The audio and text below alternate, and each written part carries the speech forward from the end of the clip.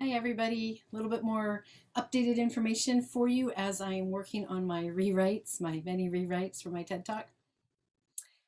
I'm talking about movement, the need to embrace movement diversity rather, in order to really enrich your life. So I had a challenge. This is about movement. Are you going to believe me if you don't try it? It might sound like a good theory and you'll watch it and nod along, and maybe I'll even get views, but maybe you won't do anything with it. And therefore, the actual point of me doing this to help people is kind of lost. Now, it was pointed out to me by a good friend that people often don't like to move. And I know that. That's why I'm doing this, ironically.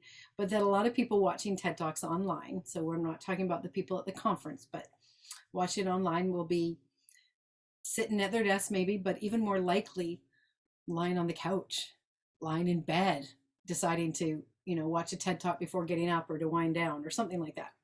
And that they're not going to want to get up and move. So what do I do with that? How do I figure out the balance between I want people to move so that they can feel what I'm talking about and believe me and try it. They got their own credibility, not just listening to me, and knowing that they might not want to. And the last thing I want is to have people disengage from the talk because they go, oh, she asked me to move, I don't want to. So I had several versions.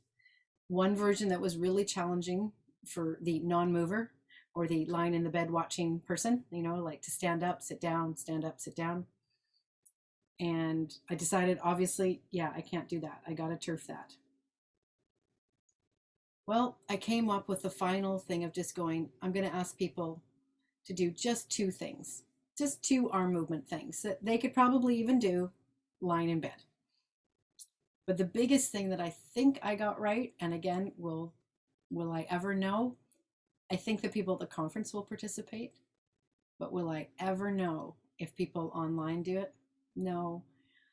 But I hope that I've picked the right thing, which is to share with them and say, I'm going to demonstrate.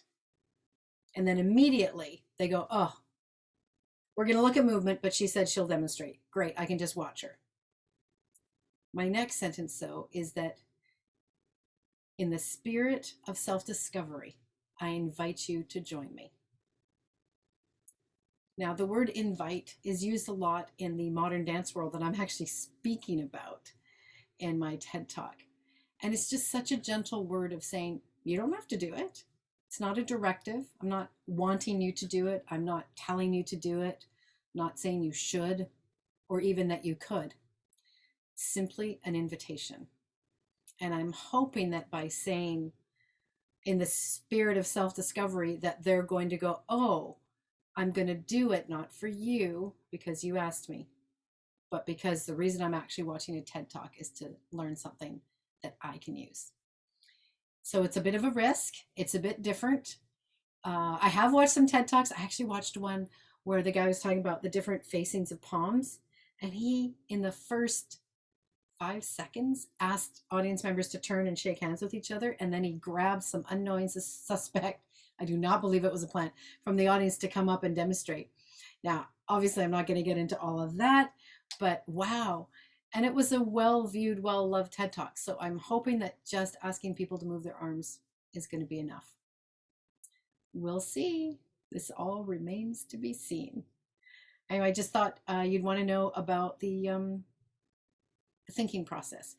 So the thinking process about, do I engage with my audience and ask them to do something other than thinking or not? I think that depends on your comfort level with asking, the way you ask, and if your message requires some participation from them for it to land. And if it does, well, then again, their rules are really guidelines. Okay, that's it for today. Bye.